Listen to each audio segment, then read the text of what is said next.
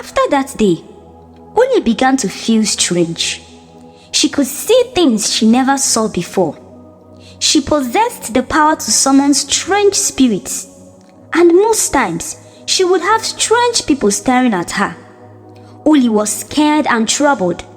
She quickly went to complain to her aunt about the strange things that she sees.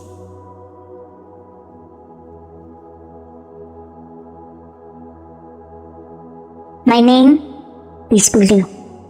I will tell you the story of how I became a witch. This is my life's story. It all began when Uli was 7 years old.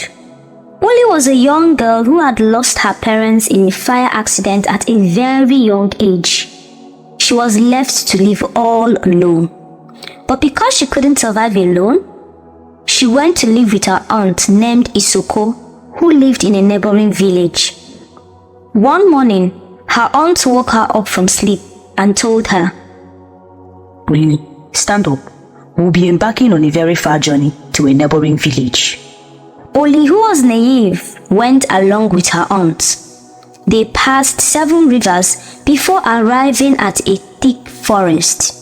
They took a path in the thick forest and walked for 3 hours before they arrived under a very big old tree.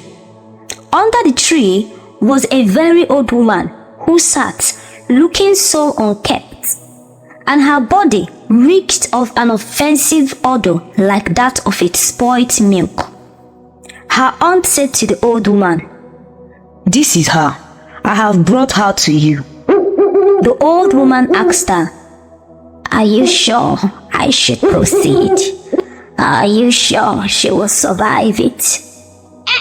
Her aunt replied, "Yes, I have done everything necessary. I am sure she will survive it." The old woman gave Uli a black liquid from a wooden cup to drink.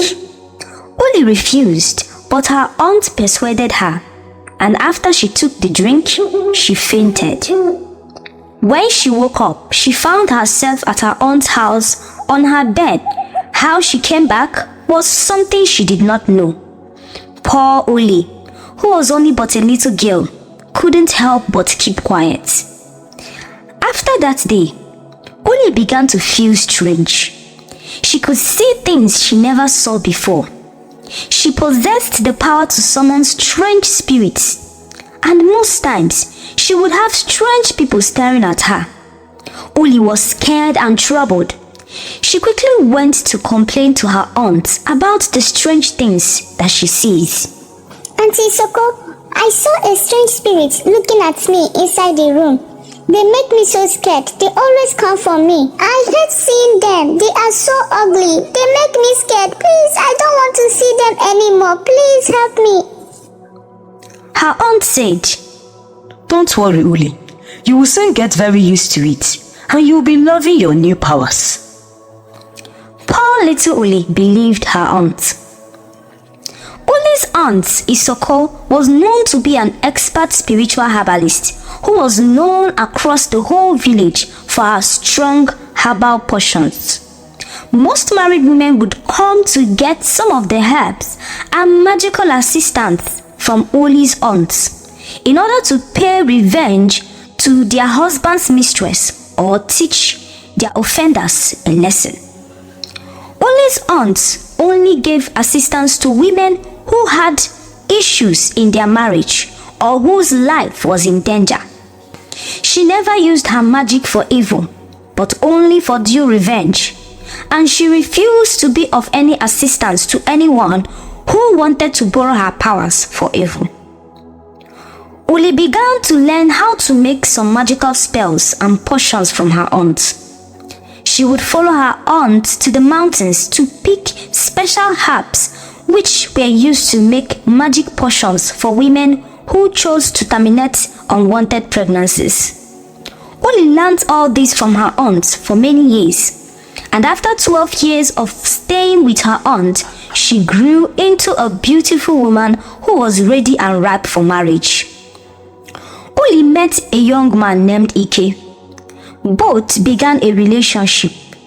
But 3 months into the relationship, Ike began to notice something strange about Uli. He sees Uli staring at nobody at times.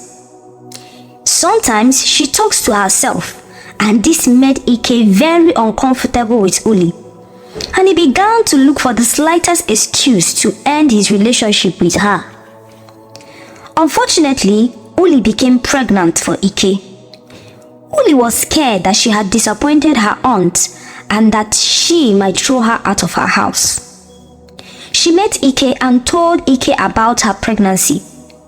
But Ike, who was looking for a way to end the relationship, denied the pregnancy. Uli was heartbroken and devastated. She was confused and didn't know what to do. Uli finally opened up and told her aunt about the situation. Her aunt was very upset and angry at Uli, but she took Uli to Ike's house and asked Ike why he had refused to accept the pregnancy. Ike replied them saying, "She's lying. I am not the one responsible and she knows it. She's just lying against me. She made this all up. I am not responsible and this is final." Uli was so angry at Ike. She was very unhappy that Ike had disgraced her in front of her aunt and the community. She decided to take revenge on Ike. She vowed to destroy Ike. Uli said to herself, Ike had the guts to betray me in front of my aunt. He called me a liar for something he knew was the truth. I will deal with Ike. The battle line has been drawn. He asked for war and he will get war from me. I will go to the mountains and prepare his worst nightmare. Uli went up to the mountain to pick some herbs and prepare for her revenge. But one thing was missing for this revenge mission. In order to successfully destroy Ike, she needed a blood sample from his family member or him directly. But since he was far away, it wasn't possible to get it from him.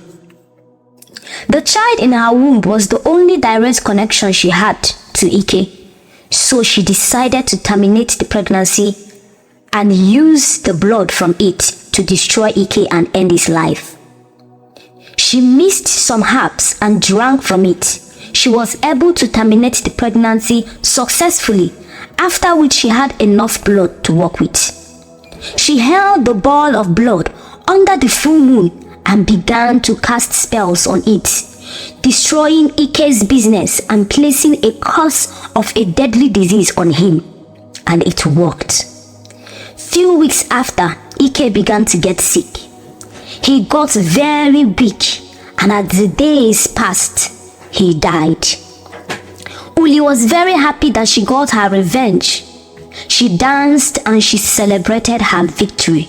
Her aunt, on hearing what Uli did, was very upset and unhappy with Uli for such a wicked act that she had performed upon her unborn child and the father of the child. She angrily sent Uli out of her house, and Uli was left with nowhere to go or live.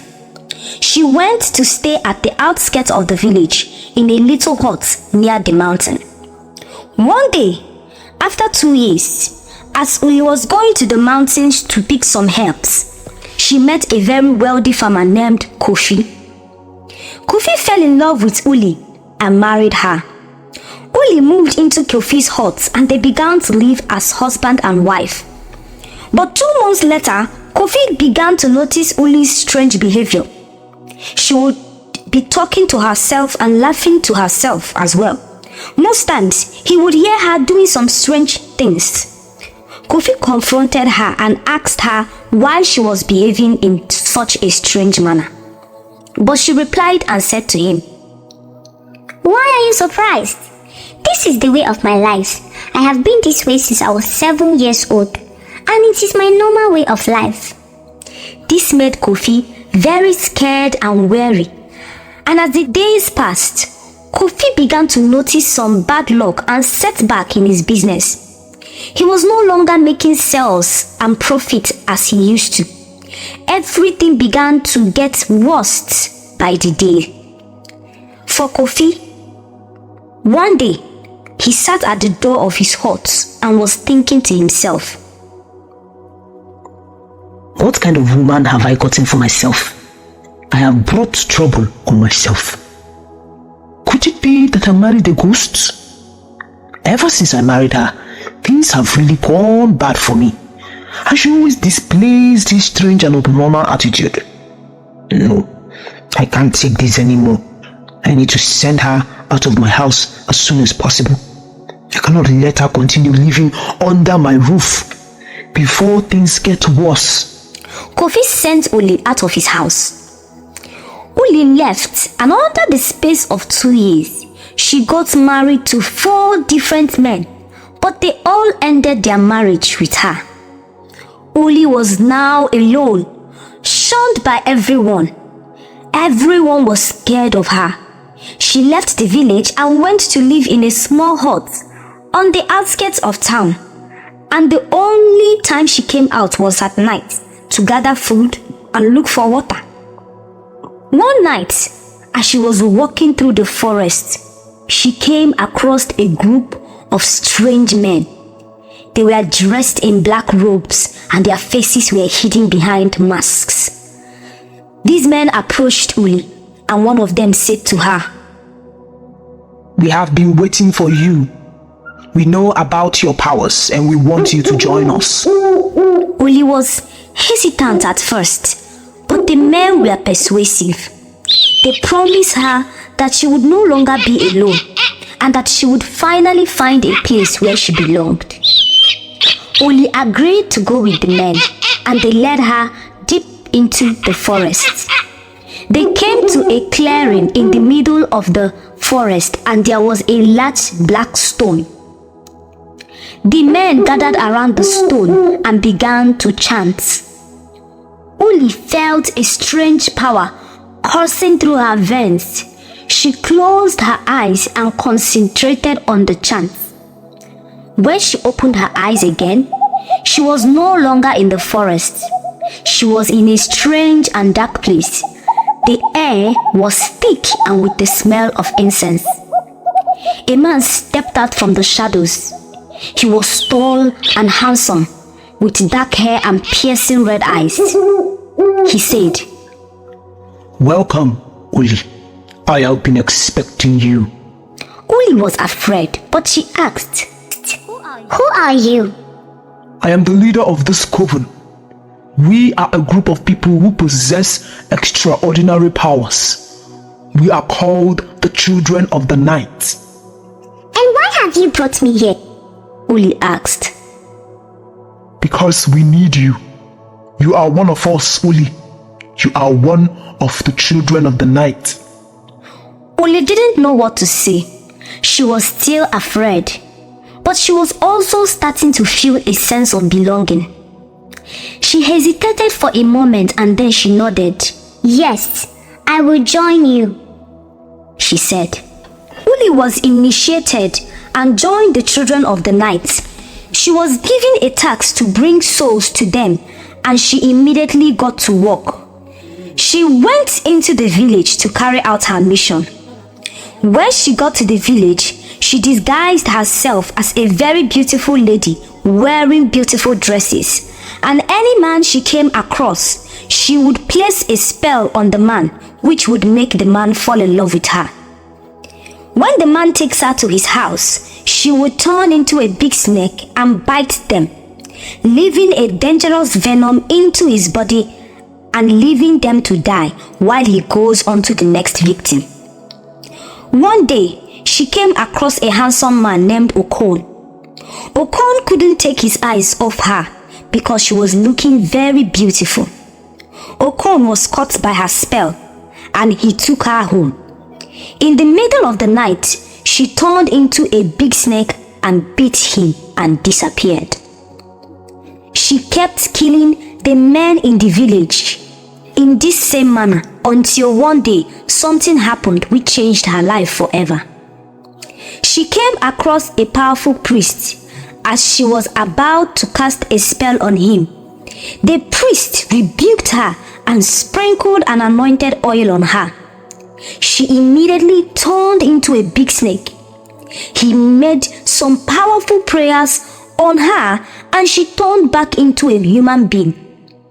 And at that moment, she lost all her evil powers. That was how she was saved and became a real human being once again. She was very happy and she lived a fulfilled life after.